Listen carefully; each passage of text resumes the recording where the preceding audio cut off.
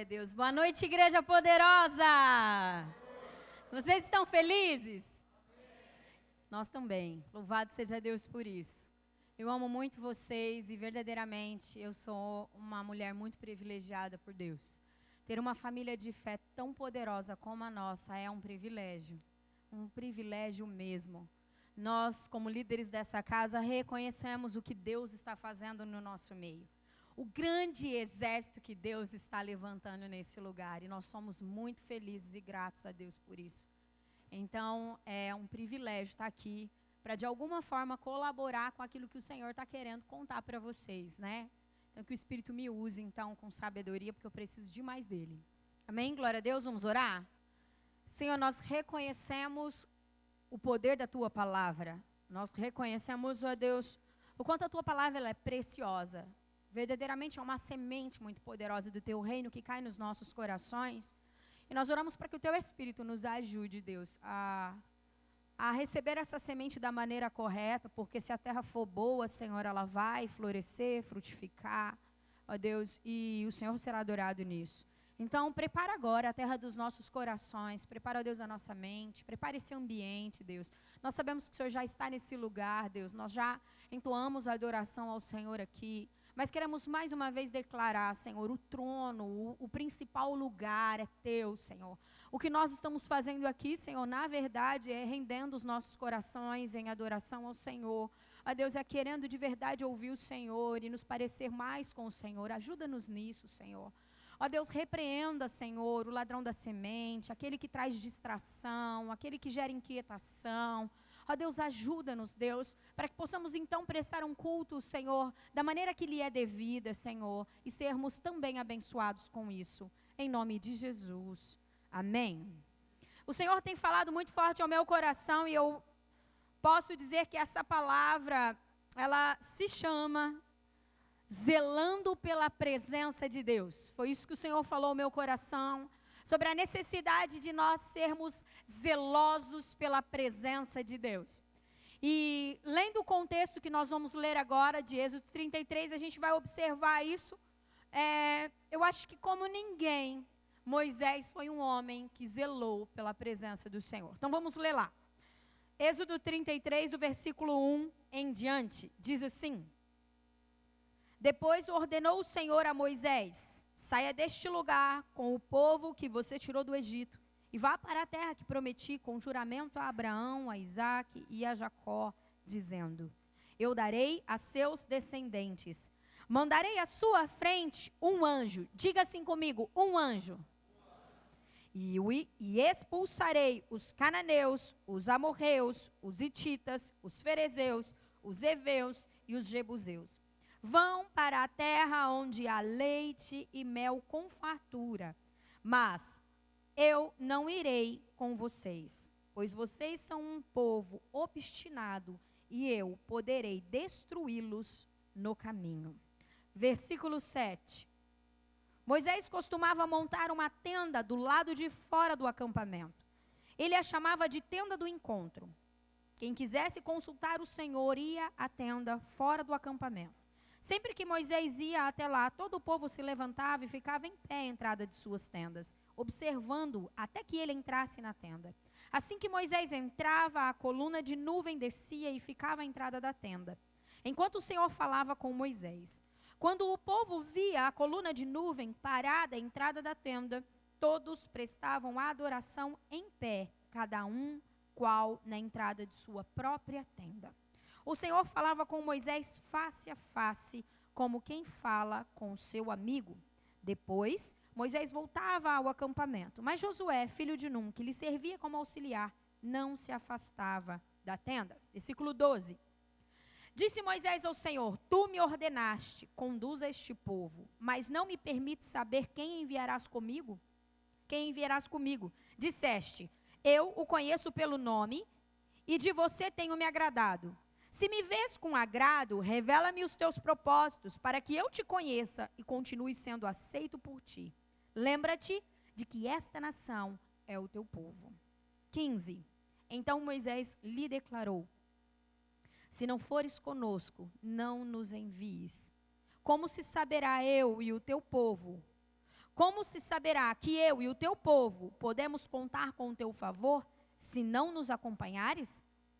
Que mais poderá distinguir a mim e ao teu povo de todos os demais povos da terra? O Senhor disse a Moisés: farei o que me pede, porque tenho me agradado de você e o conheço pelo nome. Uau! Como eu disse para vocês, o Senhor tem ministrado muito ao meu coração a importância de nós sermos guardiões da presença, zelarmos pela presença do Senhor. E esse texto aqui, contextualizando ele, ou trazendo entendimento para que você entenda o que está acontecendo aqui, nós sabemos muito bem que o povo de Deus, os hebreus, estavam aprisionados no Egito, e aí então Deus usa Moisés para libertá-los desse lugar. E daí Deus aqui, nesse contexto, olha para Moisés e diz assim: Moisés, é o seguinte, sabe esse povo que eu libertei do Egito? Então, esse povo, você vai pegar eles, Moisés, e vai conduzir eles à terra prometida, a terra que emana leite e mel. E ó Moisés, fique claro que todos os seus adversários, e ele cita aqui quais são os adversários: os cananeus, os amorreus, os hititas, os ferezeus, os heveus, esses zeus tudo aí. Os jebuseus são os seus inimigos, não são?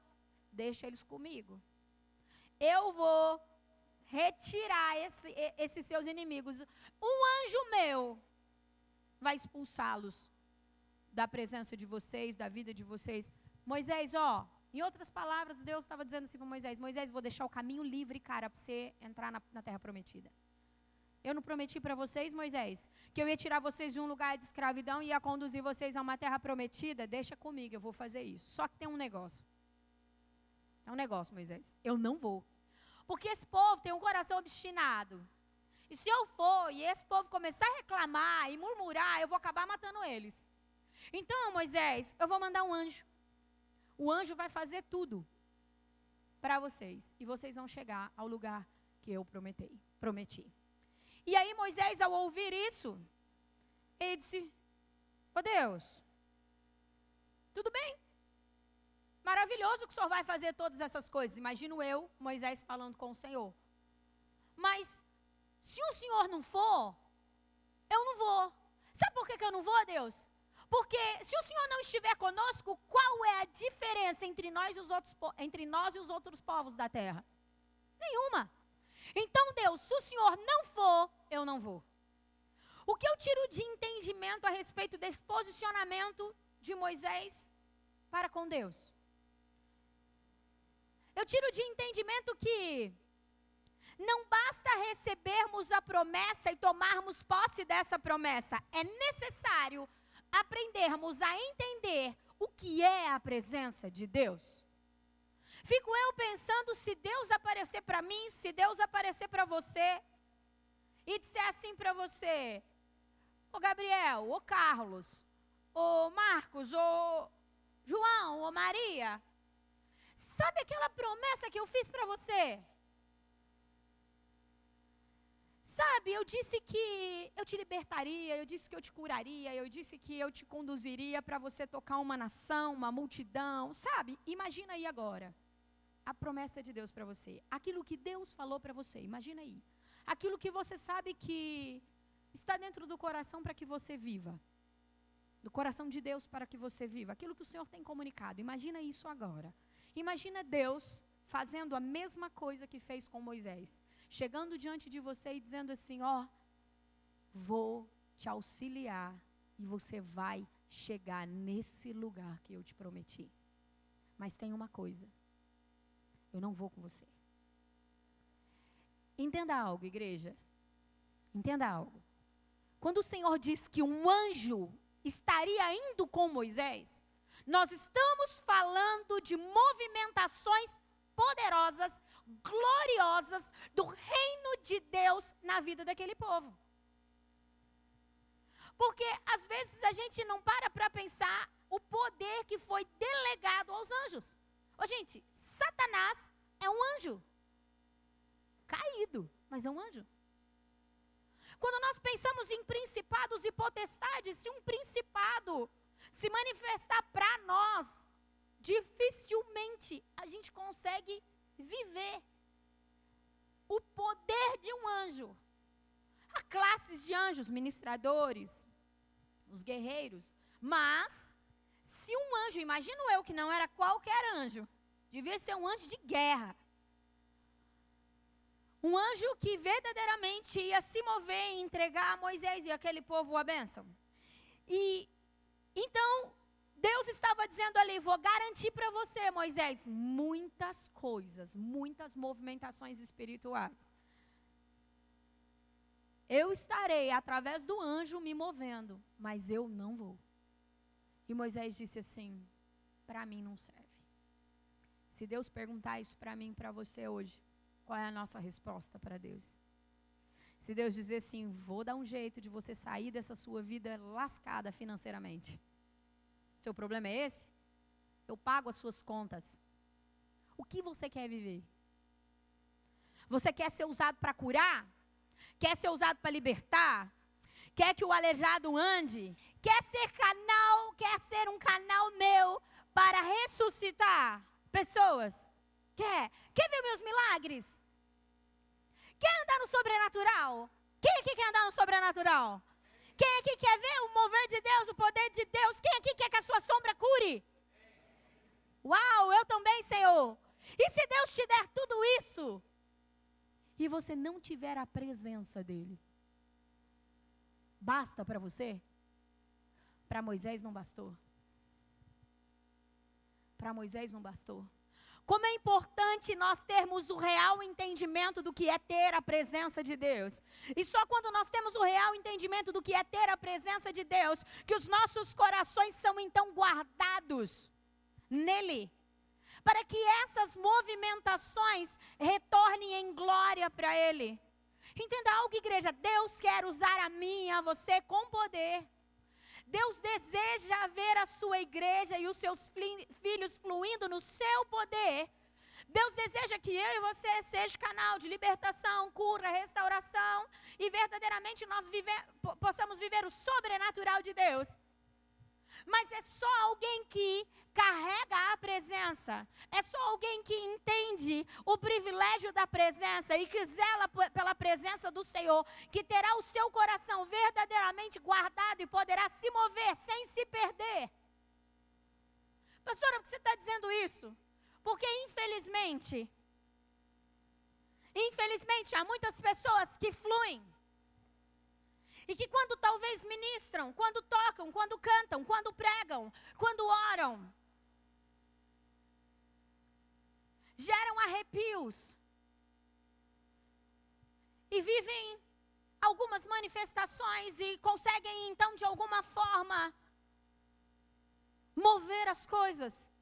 Porque um dia Deus deu isso. Porque um dia Deus liberou esse dom e Deus liberou e habilitou aquela pessoa para isso. Mas dentro de toda essa movimentação, ela não se preocupou em guardar a presença de Deus. E por não se preocupar em guardar a presença do Senhor, diz a palavra do Senhor que haverá um dia onde nós chegaremos a Ele e Ele olhará para nós, não nós, mas pessoas que não guardam a sua presença. Pessoas assim que se movem, que fluem e não guardam a presença de Deus. Haverá um grande dia. Todos aqui entendem que um dia nós nos chegaremos à presença do nosso Deus, face a face, e para Ele prestaremos contas. Todos entendem isso? E nesse grande dia Ele olhará e falará: eu não te conheço. Senhor, mas no teu nome expulsei demônios. No seu nome eu fiz tantas coisas, curei enfermos. Pois é, mas eu não te conheço. E eu entendo que a resposta de Deus para o eu não te conheço, para pessoas que fluíram no seu nome, é para aqueles que não guardaram a presença. É para aqueles que aceitaram a proposta que foi feita a Moisés. Porque o que Deus estava fazendo aqui? Propondo algo para Moisés. Deus estava dizendo assim: Moisés, eu vou zelar e cumprir aquilo que eu falei para vocês. Moisés, eu não tenho um problema com isso. Um anjo meu. Sabe o que eu acho interessante? O reino de Deus, ele é tão poderoso que a gente não tem dimensão disso. Aqui não diz que vai uma legião de anjos, diz que um anjo vai. Abrindo o caminho para que todas as coisas acontecessem. Entende? E muitas vezes nós, a igreja do Senhor, estamos satisfeitos em viver a promessa. Muitas vezes nós, a igreja do Senhor, estamos satisfeitos em ver as coisas que Deus prometeu cumpridas nas nossas vidas. Mas é além disso, vai além de ter as promessas do Senhor, sermos portadores da sua presença, sermos canais de Deus. É muito além do que vivermos a promessa. Vai além disso. E Moisés, dentro do seu entendimento, e Moisés, dentro dessa verdade, diz: não dá, porque assim não haverá diferença entre nós e os outros homens da terra. Então o que Moisés estava dizendo?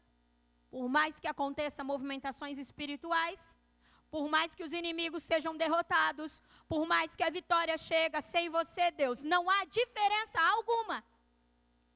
Talvez está aí um problema da igreja para com o ímpio, da igreja para com o mundo.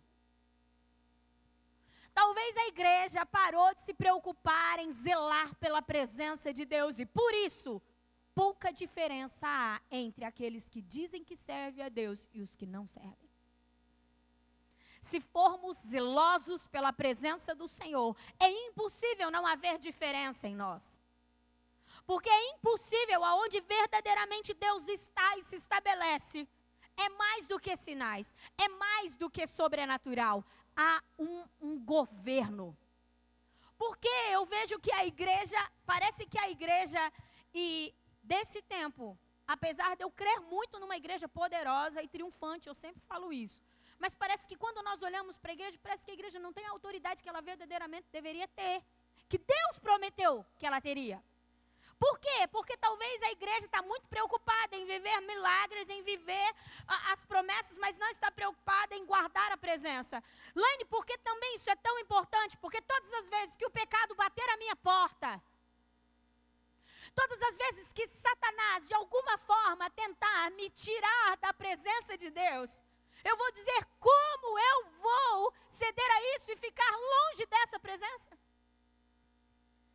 Então eu não peco mais, eu não corro para o pecado, eu não cedo para o pecado, não simplesmente porque não devo pecar, mas é porque eu não posso perder a presença. A preocupação em não perder a presença faz toda a diferença na nossa caminhada cristã. A preocupação sobre quais são as ordenanças de Deus, quais são os princípios da palavra que precisa ser cumprido e vivido. É muito importante para que a nossa fé seja guardada, para que de verdade ao término da nossa caminhada de fé nós possamos dizer: sim, Deus, eu vivi na sua presença e eu cumpri aquilo que o Senhor tinha para mim.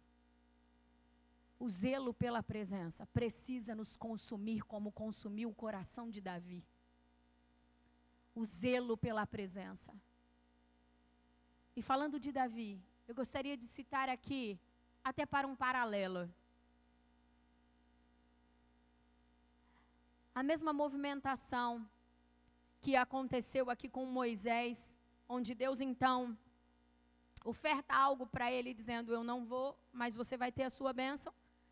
Aconteceu na verdade com Saul. Abra comigo aí, 1 Samuel 13, do 8 em diante. Que o Espírito nos ajude a entender o que é sermos portadores da presença. 1 Samuel, capítulo 13, versículo 8 em diante, diz assim: ele esperou 7 dias, o prazo estabelecido por Samuel, mas este não chegou a Gilgal, e os soldados de Saul começaram a se dispersar. E ele ordenou: tragam-me o holocausto e os sacrifícios de comunhão. Saul então ofereceu o holocausto. Quando terminou de oferecê-lo, Samuel chegou e Saul foi saudá-lo. Perguntou-lhe Samuel: o que você fez? Saul respondeu: quando vi que os soldados estavam se dispersando e que tinhas chegado no prazo e que não tinhas chegado no prazo estabelecido e que os filisteus estavam reunidos em Micmas, pensei: agora os filisteus me atacarão em Gilgal e eu não busquei o Senhor. Por isso, senti-me obrigado a oferecer o holocausto. 13. Disse Samuel: você agiu como um tolo, desobedecendo ao mandamento que o Senhor, o seu Deus, deu a você. Se tivesse obedecido, ele teria estabelecido para sempre o seu trono, o seu reinado sobre Israel. Mas agora, o seu reinado não permanecerá. O Senhor procurou um homem segundo o seu coração e o designou líder de seu povo, pois você não obedeceu ao mandamento do Senhor. O que está acontecendo aqui, igreja? Está acontecendo assim: Saul reuniu 3.000 homens para atacar os filisteus. Todos nós sabemos que o povo filisteu sempre foi inimigo do povo de Deus. Quantos estão comigo? O povo filisteu sempre foi inimigo do povo de Deus. E aqui há uma guerra, há um confronto entre o povo de Deus e os filisteus. Reuniu-se então 3.000 homens, diz a palavra, se você ler todo o contexto você vai ver isso. Diz que 2.000 ficou com Saul e 1.000 foi com Jonatas, seu filho. E eles atacaram o arraial dos filisteus. E diz que quando isso se propagou, os filisteus ficaram irados. E eles se reuniram em tantos homens que a Bíblia diz que parecia areia, grãos de areia. Como areias eles pareciam. É isso que diz. De tantos homens, imagino eu que não era nem possível contar, quantidade de homens, de filisteus, que foram contra o povo de Deus. Aí, Saul convoca, chama o profeta. O profeta naquela época era o simbolismo, era a movimentação da presença de Deus. O profeta era isso naquela época. Então, assim, os reis, eles se preocupavam muito em ter um profeta. Então, os profetas sempre eles se movimentavam dando direção de guerra, dando direção do que fazer, do que não fazer, qual era a estratégia. Então, Samuel é convocado para essa situação. E Samuel manda um recado: Saul, cara, daqui 7 dias eu chego aí. Como a gente acabou de ler, Samuel não chegou no 7º dia. E então Saul, dentro de uma pressão, dentro de uma situação onde lemos também que o povo, o exército de Saul, começou então a se dispersar, porque eles ficaram com medo. Eles ficaram com medo. Quando eles viram o tamanho do exército dos filisteus, eles ficaram morrendo de medo. O que Saul fez? Saul pega e diz: já que Samuel não chegou, eu vou dar o meu jeitinho brasileiro. Eu vou resolver esse negócio. É agora. Então, se o negócio é lançar uma oferta ao Senhor, vou fazer. Para que a gente avance. Para que a promessa chegue. É uma oferta, Deus, que você quer? Eu vou fazer para que a promessa chegue. Então aqui eu vejo Saul se movendo, por quê? Porque dane-se os princípios. Dane-se os mandamentos. Desde que a vitória aconteça, desde que o resultado seja positivo, tudo bem. O descumprimento do mandamento, tudo bem a quebra de princípios. Tudo bem aquilo que Deus ordenou não fazer e eu fazer, desde que a minha vitória chegue. E quantas vezes a gente se move assim, né, não, gente? Quantas vezes a gente, na pressão dos inimigos, na pressão do dia, na pressão das coisas, a gente diz assim: ó Deus, o negócio é o seguinte, se o Senhor não responder, até de tarde eu vou tomar a decisão. Não é verdade? Só eu sou tentada a viver isso, ou vocês também? Foi o que aconteceu com Saul, gente. O que ele fez? Fez o que não devia fazer. Ao invés de esperar o profeta, que era a presença de Deus ali, para então receber a orientação, ele faz isso. Então chega Samuel, a gente já leu isso. Chega Samuel e fala assim: cara, você é louco? O que você fez? Ah, sabe o que é? Você demorou. Então, eu fiz isso. O mais importante para Saul, é nítido se você continuar lendo, capítulo 15, seja curioso, amém? e vai lendo. O mais importante para Saul não era a presença, era a vitória que aquele Deus poderia dar a ele. E a pergunta então hoje para mim e para você, o que é mais importante, o que te faz caminhar em fé? O que te faz vir à igreja? O que te faz ser um cristão? Só você pode responder isso. Por que você é fiel no dízimos e nas ofertas? Por que você vem aqui? Porque você quer ser alguém vitorioso? Porque você quer o resultado dessa presença? E isso é bom. Sim, nós também queremos. Mas não é só isso. Saul, por não ter o entendimento da preciosidade e do poder da presença do Senhor, da obediência, Samuel fala exatamente isso para ele. Sabe qual foi seu problema, cara? Seu problema foi porque você não obedeceu. Nós lemos isso. O final, ele diz, sabe por quê? Sabe por que Deus escolheu um outro líder para governar? Porque você não obedeceu o mandamento do Senhor. Então a presença para Saul era insignificante. Quando na verdade a presença para Moisés era tudo o que ele queria. E o que nós estamos querendo? A presença ou a bênção desse Deus?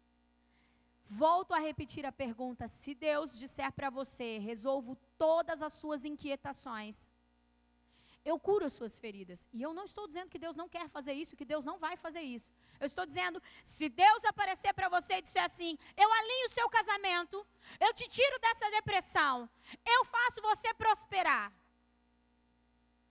eu te uso, só que eu não vou estar com você, só vou te abençoar para você viver isso. Serve. Para Saul serviu. Para Saul serviu. E aí eu fico clamando e pedindo a Deus, Deus sabe o que nós precisamos? Um coração como o de Moisés e um entendimento como o dele. Um coração como o de Davi e um entendimento como o dele. Davi era um cara que entendia a presença de Deus. Por isso ele foi o sucessor de Saul. O que é mais importante para Deus? É mais importante para Deus que você viva na sua presença. E por você viver na sua presença, automaticamente, tudo que você tocar é abençoado. A presença do Senhor nos garante vitória. Mas nós não podemos inverter isso como Saul inverteu. A presença de Deus me faz andar em autoridade. Mas a autoridade sem a presença é nada. Por mais que eu faça, é nada. Por mais sobrenatural que eu viva, é nada. Então nós, como povo de Deus, precisamos nos atentar a isso. Sabe, igreja, a gente precisa entender uma coisa. A gente não pode confundir algo. Ser abençoado não significa que eu literalmente estou vivendo na presença do Senhor. Porque nós temos um Deus abençoador e misericordioso.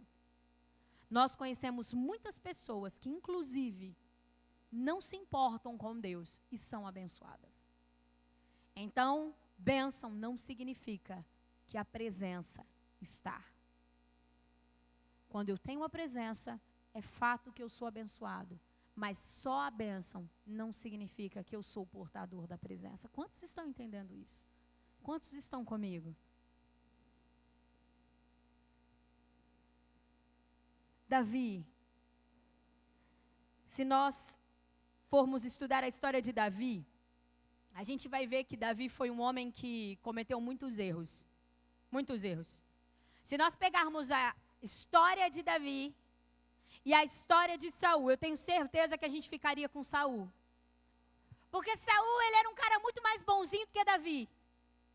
Se você vê a história de Davi, a própria palavra diz que Davi era um cara sanguinário. Sabe o que Davi fazia, gente? Davi entrava nos arraiais dos inimigos e matava até as crianças. Sabia? Davi matava as grávidas, Davi matava as mulheres, matava quem fosse, é inimigo, acabou. Davi derramava o sangue mesmo. Davi é uma história bastante conhecida. Davi, em um determinado tempo, ficou no palácio, todo mundo conhece isso. E fez o que, gente? Adulterou. Não é? E depois, para piorar a situação, para ficar mais ruim o negócio, matou o homem, Urias. Só que Davi, quando foi confrontado pelo profeta Natã, e viu o tamanho da besteira que ele fez, ele não fez como Saul. Sabe o que é, Samuel? Então, você demorou, eu fiquei apavorado, meu povo estava indo embora, meus guerreiros estavam indo embora, cheio de desculpa. Saul apresentou uma desculpa para poder dizer, foi por isso que eu fiz. Davi disse, que meleca que eu fiz, eu estou arrependido disso. É daí que sai o Salmo 51. Sabe o que diz? Não precisa ler Salmo 51 não, mas só presta atenção nesses 2 versículos do Salmo 51. Salmo 51 é uma canção que Davi fez desesperado por entender o tamanho da besteira que ele tinha feito. E o que ele tinha perdido com essa besteira. Davi diz assim, cria em mim um coração puro, ó Deus, e renova dentro de mim um espírito inabalável ou estável. Não me expulse da tua presença, não me expulse da tua presença. Ou seja, Deus, eu errei sim, fiz tudo errado, mas eu não posso viver fora da tua presença. E daí ele continua. Não me expulse da tua presença e nem tires de mim o teu Santo Espírito. Devolve-me a alegria da tua salvação e sustenta-me com um espírito pronto a obedecer. A obedecer. Sabe, às vezes a gente, e eu não estou dizendo que tudo bem pecar e que tudo bem viver no erro, não é isso que eu estou dizendo. Mas às vezes a gente coloca, sabe, níveis, e talvez se fosse eu e você que tivesse que escolher Davi e Saul, a gente escolheria Saul, como eu já disse aqui. Mas na verdade o que Deus está à procura é de homens e mulheres que têm um coração quebrantado e que não está disposto a negociar a sua presença, mesmo em suas falhas e em seus erros. Porque era esse o coração de Davi. Por isso que a palavra diz que ele era um homem segundo o coração de Deus. Porque apesar de todas as falhas, apesar de todas as dificuldades que Davi tinha, apesar dos seus erros, a presença de Deus para Davi era inegociável. Ele disse, o que eu fiz, Deus? Eu me arrependo disso. Eu reconheço, você leu o Salmo 58, disse, eu reconheço as minhas transgressões. Eu reconheço, o pecado é meu, eu errei. Mas não me retires da tua presença. Fico eu pensando se Saul tivesse respondido isso para Samuel. Cara, eu fiquei apavorado, eu fiquei desesperado, e é verdade, eu não deveria ter feito, mas é insuportável, como que eu vou reinar sem a presença de Deus? Se Saul se preocupasse com a presença de Deus, talvez não seria necessário se levantar um Davi. Tudo bem que havia uma promessa aí dessa linhagem. Mas conseguem entender o que eu estou dizendo? Às vezes nós estamos mais preocupados em dar desculpas para Deus por causa dos nossos pecados do que em guardar a sua presença. Às vezes chegamos diante de Deus com as nossas falhas, porque todas as vezes que nós falhamos, quem aqui tem o Espírito do Senhor? Ele já te acusa. Ou não?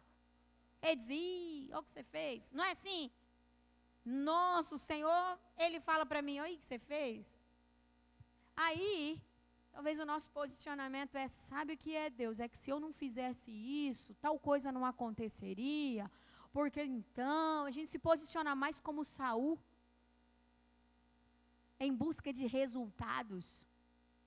Sabe, a prova é, se você ler capítulo 15 de 1 Samuel, você vai ver que para Saul era tão mais importante o resultado de ter Deus do que para o próprio Deus. Por que eu estou dizendo isso? Porque Samuel, gente, presta atenção nisso. Samuel, que era o profeta, e novamente eu vou dizer que era o cara que simbolizava a presença de Deus naquela época. Samuel por várias vezes insistiu com Saul. Mesmo depois dessa situação, Samuel, apesar de saber que Deus já havia removido o reino dele, o reinado dele. E olha que interessante isso. Sabe por quanto tempo Saul reinou? Pergunta para mim, por quanto tempo, pastora? Vamos interagir, gente. 1, 2, 3 e... 42 anos. 42 anos esse homem reinou sem a presença de Deus. O que eu chego a entender com isso? Eu entendo que nós podemos fluir nos dons, podemos fluir nos lugares que Deus já nos deu, sem a sua presença. Porque foi isso que aconteceu com Saul. Então, voltando aqui, para Saul era tão mais importante o resultado do que a presença, que no capítulo 15, você vai ver Samuel chegando nele e dizendo assim, cara, não vai dar mais para eu estar com você. Porque a presença do profeta era um sinal para o povo de que Deus estava com ele. A presença do profeta junto com o rei era um sinal para aquele povo que estava sendo governado pelo rei, de que Deus estava com ele. Então vinham as estratégias e todas as movimentações através do profeta, então eles entendiam que Deus estava governando e mandando as coisas ali. Então Samuel chega nele e diz, cara, não vai dar para eu permanecer com você. Não adianta, porque Deus, na verdade, já tirou a sua presença desse negócio aqui, eu tenho que cair fora. Eu vou ter que sair, entende? Quando Samuel comunica isso a Saul, eu vou ter que cair fora, cara, não vou poder mais andar com você. Saul pega e olha para ele e diz assim, não faz isso não. Não faz isso não, cara. Eu preciso que você fique. Eu preciso que você vá comigo às autoridades. Eu preciso que você verdadeiramente permaneça do meu lado para que o povo veja que Deus está comigo. Entende que o coração de Saul é revelado nisso. Depois dá uma lida lá. Quer ler, gente, rapidinho? 1 Samuel capítulo 15, quer ver? Diz assim, Samuel, contudo, lhe disse, não voltarei com você. Você rejeitou a palavra do Senhor e o Senhor rejeitou como rei de Israel. Quando Samuel se virou para sair, Saul agarrou-se à barra do manto dele e o manto se rasgou. E Samuel lhe disse, o Senhor rasgou de você hoje o reino de Israel e o entregou a alguém que é melhor que você. Aquele que é a glória de Israel não mente e nem se arrepende, pois não é homem para se arrepender. E Saul repetiu, versículo 30, pequei, agora honra-me perante as autoridades do meu povo e perante Israel. Volta comigo, para que eu possa adorar o Senhor, o teu Deus, Samuel. Não o meu Deus, não o nosso Deus. Volta comigo. Porque ele estava dizendo assim, então, eu preciso que você volte comigo. Honra-me. A honra não era para Deus, não era para a presença de Deus, era para Saul. Honra-me perante as autoridades. Então, todas as vezes que nós achamos mais importante a promessa, todas as vezes que nós temos isso como o fim de todas as coisas, nós já estamos equivocados a respeito do que é a presença do Senhor. A promessa de Deus para mim e para você é só um caminho para a gente trilhar. Mas o mais importante é a presença. Sabe, Deus quando fez o homem, Adão e Eva, Deus o fez com autoridade para governar todas as coisas. Não é isso que a gente lê em Gênesis? É isso que a gente lê em Gênesis. Deus deu autoridade para o homem. Deus literalmente deu toda a terra e todo o governo da terra para o homem. E aí, por causa do pecado, nós perdemos isso.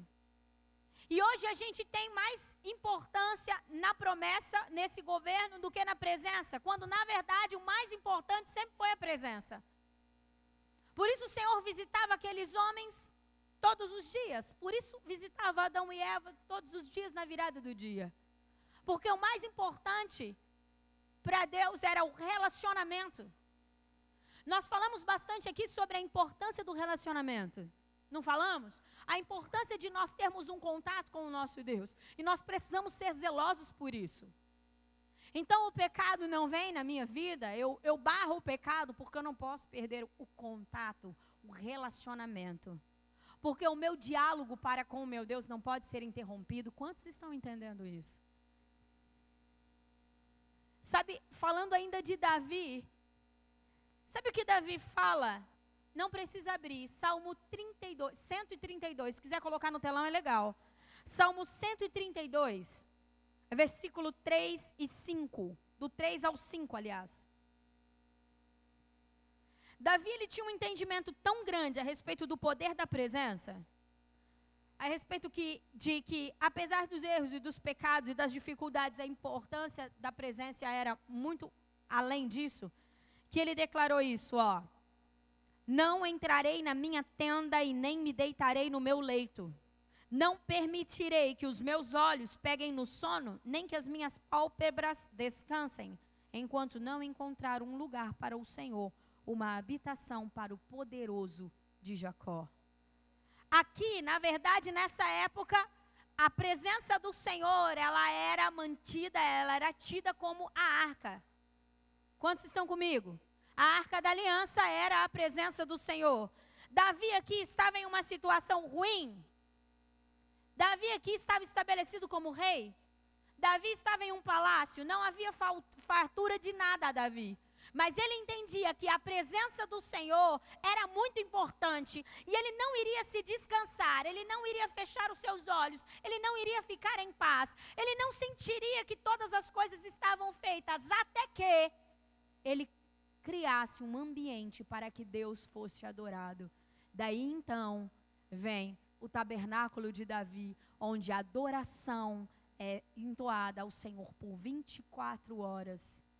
Onde então cria-se um lugar onde a presença do Senhor verdadeiramente é reverenciada. E isso é tão forte, tão importante, que a própria palavra diz que isso será retornado, que o tabernáculo de Davi será reerguido. Por que o tabernáculo de Davi será reerguido? Reerguido. Por quê? Pelo poder da presença, pela importância da presença. Entendem?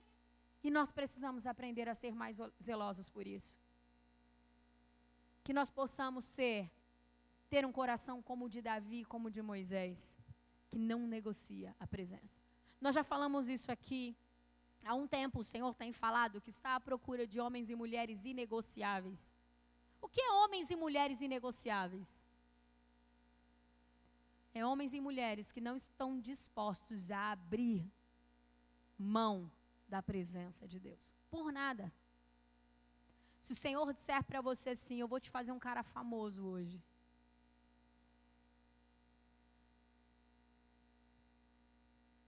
No meu nome eu te faço um cara famoso, mas eu não vou estar com você. Você pode usar meu nome. É o que tem acontecido, sabia, igreja? Quando eu lia Êxodo 33, por várias vezes, eu não sei por quantas vezes eu li Êxodo 33 por esses dias. E eu chorei bastante, porque eu disse, Deus, se a gente tivesse o real entendimento de que não basta fluir. Não basta fluir. Precisamos ser detentores da sua presença. E sabe o que eu entendo, igreja? Eu entendo que o mesmo Espírito que orientou Moisés, o mesmo entendimento que Moisés teve a respeito da importância da presença, pode estar sobre mim e sobre você. Pode estar sobre mim e sobre você, porque é o mesmo Espírito que habita dentro de nós. Esse Espírito que trouxe esse entendimento para Davi, para Moisés, a respeito do poder da presença e do quanto essa presença é inegociável, pode trazer esse entendimento para mim e para você. Eu convido você a se colocar de pé. Vamos orar sobre isso. Vamos orar, clamando ao Senhor pela presença. Vamos orar pedindo ao Senhor perdão por todas as vezes que nós negociamos a sua presença. Sabe, preste atenção aqui enquanto os músicos, os ministros se posicionam. Se nós queremos ser uma igreja que avança, se nós queremos ser uma igreja que verdadeiramente representa o nosso Deus, porque é essa a proposta de Deus para mim e para você, sermos seus representantes. A palavra do Senhor diz que nós somos os seus embaixadores, ou seja, os seus representantes aqui na terra. Nós precisamos ser alguém que carrega a presença. Nós precisamos ser alguém que zela pela presença. A nossa preocupação não tem que ser quantos estamos curando, quantos estamos libertando, quantos estamos salvando. E não que isso não seja importante, mas não quantos. Não quanto eu estou sendo usado, apesar de eu estar sendo usado por Deus, Ele está comigo? Eu carrego a presença? Deus pode verdadeiramente contar comigo, porque o meu coração é dele, porque eu estou nele e ele está em mim. Questione-se o quanto você está em Deus e o quanto Deus está em você. Atos capítulo 17. Presta atenção nisso. Atos 17. Diz, do 24 ao 28.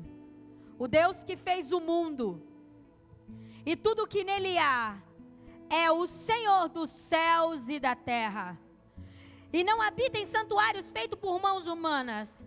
Ele não é servido por mãos de homens.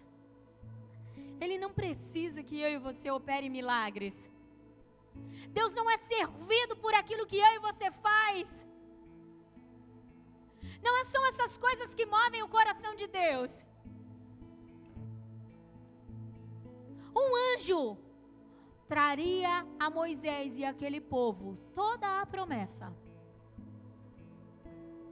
Deus não precisa ser servido por homens.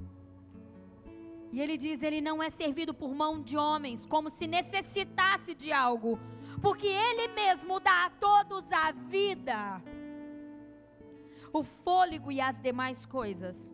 De um só fez ele todos os povos, para que povoasse toda a terra, tendo determinado os tempos anteriormente estabelecidos e os lugares exatos em que deveriam habitar. Preste atenção nisso agora. Deus fez isso. Deus fez isso. Deus enviou a Jesus. Deus enviou a Jesus, um homem para convergir todas as coisas. Deus fez isso para que nós, os homens, o buscasse. E talvez, tateando. O que é tateando?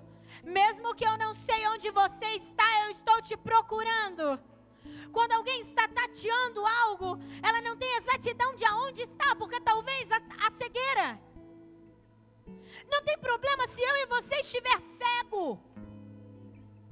Ele é o Deus que cura. Ele é o Deus que liberta. Ele é o Deus que dá vista ao cego. Não tem problema o nosso estado. Tem problema como nós estamos posicionando o nosso coração com desejo de buscá-lo.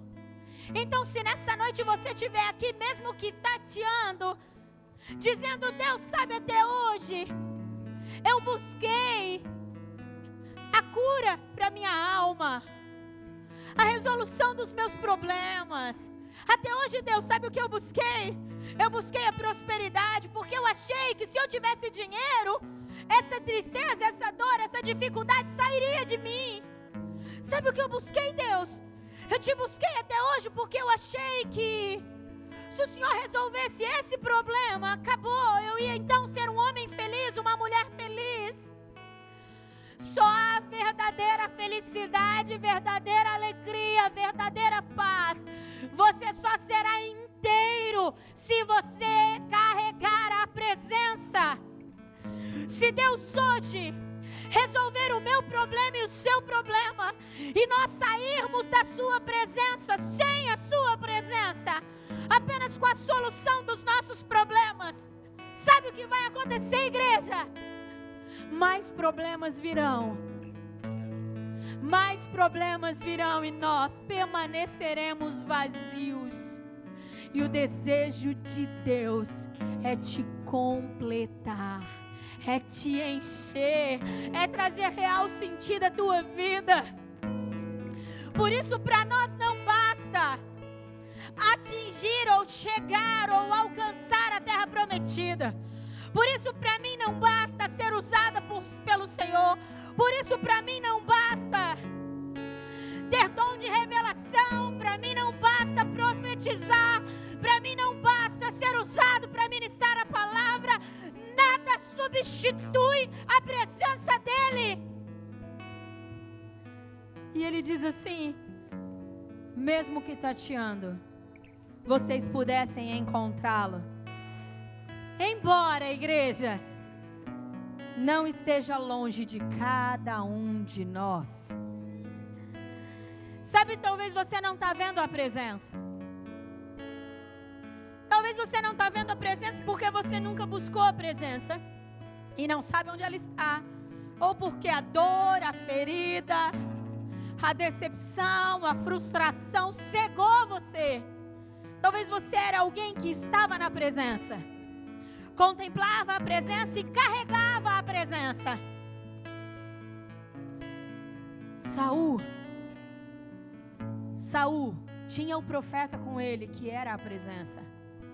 Mas no meio da adversidade, ele trocou a presença pela vitória contra os inimigos. E talvez você é alguém que fez isso.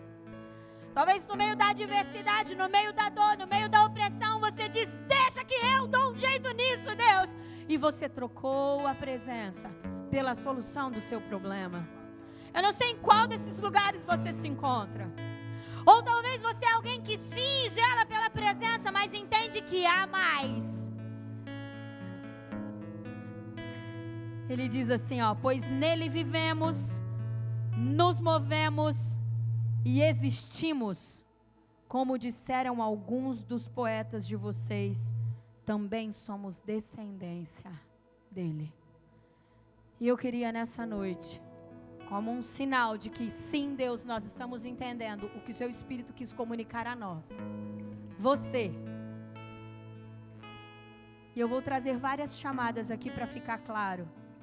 Você que está na presença, deseja a presença, quer permanecer na presença. Porque se nós não vigiarmos, se nós não permanecermos, nós perdemos a presença. Não é porque um dia você esteve na presença ou está com a presença, não é porque um dia você guardou a presença que se você não vigiar, você não vai perder. Você não perde as habilidades, você não perde os dons, mas a presença, ela precisa ser zelada, ela precisa ser guardada. Então você que deseja guardar a presença, zelar a presença, vem aqui na frente dizendo isso para o Senhor: eu quero zelar pela presença do Senhor na minha vida. Eu quero mais do que os sinais. Mais, Deus, mais do que os sinais.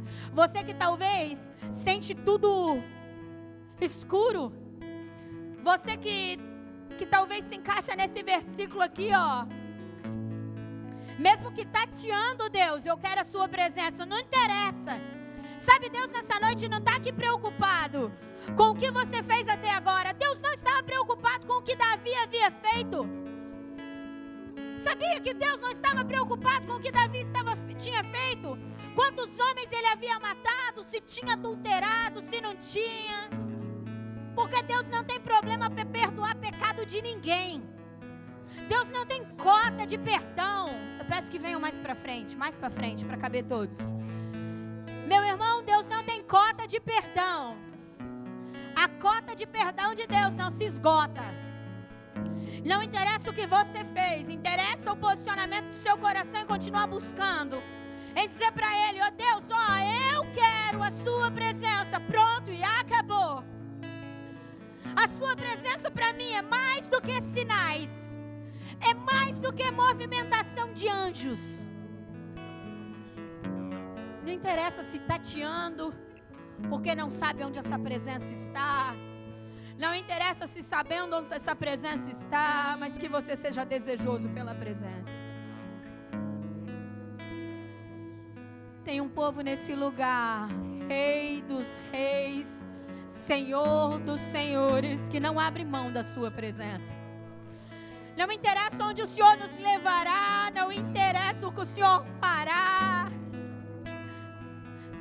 Não nos deixe perder a presença. Não interessa o quanto poder descerá sobre nós. Deus, tudo isso é lindo, tudo isso é bom, mas sem a sua presença não tem graça. Não faz sentido, Deus. Não interessa uma igreja maior. Não interessa mais pessoas se o Senhor não estiver. Não nos deixa ir. Não nos deixa dar um passo sem o Senhor, Deus. Nós nos recusamos a ir apenas com os anjos. Nós nos recusamos a ir apenas com os sinais, Senhor. Nós nos recusamos a nos mover apenas com os sinais, Deus. Faz com que os nossos corações se tornem inegociáveis. Faça com que os nossos corações parem de buscar resultados. Sabe, igreja, nós somos um povo, uma geração treinada em resultados. Nós somos um povo treinados a buscar por resultados. Deus não precisa do meu resultado, do seu resultado. Nada do que nós estamos fazendo impressiona Deus.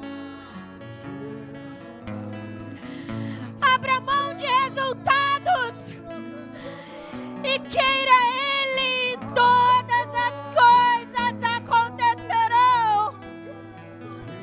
Clame a Ele agora, igreja. Você que ficou aí no seu lugar, não deixe de buscar, não deixe de clamar. A presença do Deus que criou terra e céus está nesse lugar, e ela é insubstituível. Senhor, nós declaramos, ó Deus, que amamos a movimentação do reino dos céus. Deus, nós amamos, ó Deus, ver os anjos trabalhando em favor daquilo que o Teu reino tem nos dado. Amamos, ó Deus, ver o Senhor através dos Seus anjos, mas isso ainda não é o suficiente, Senhor. A Sua presença para nós é inegociável, Deus. Senhor, nós queremos ser a exatidão daquilo que o Senhor deseja que sejamos. Nós desejamos ser portadores da Sua presença, Senhor. Usa-nos. Se o Senhor permanecer conosco, faça, Senhor. Se o Senhor permanecer conosco, nós clamamos por isso, Deus. Queremos o nosso interior curado. Queremos libertação, Senhor. Queremos prosperidade, porque sabemos que tudo isso o Senhor tem para nos dar. Mas isso não substitui a Tua presença, Senhor. Que a mesma inquietação que estava sobre o coração de Davi, um homem que entendia o que é estar à Tua presença, venha sobre nós. Você pode levantar as suas mãos para o alto e dizer: Espírito Santo, foi o Senhor quem colocou ao coração de Davi uma inquietação pela Sua presença. O Senhor pode me dar isso também. Peça ao Espírito. Peça ao Espírito. Foi o Senhor quem fez fez com que Moisés entendesse o que era estar à tua presença. Foi o Senhor quem ensinou Moisés. O Senhor pode fazer isso comigo hoje. O Senhor pode me ajudar a viver uma vida assim, Senhor. Peça ao Senhor, clame ao Senhor, e você vai ver. E você vai ver todas as coisas sendo colocadas em ordem. E você vai ver o que é andar na presença. É mais do que solução de problemas. Andar na presença é andar em vida. Andar na presença não é andar vitorioso, apenas é andar em vida.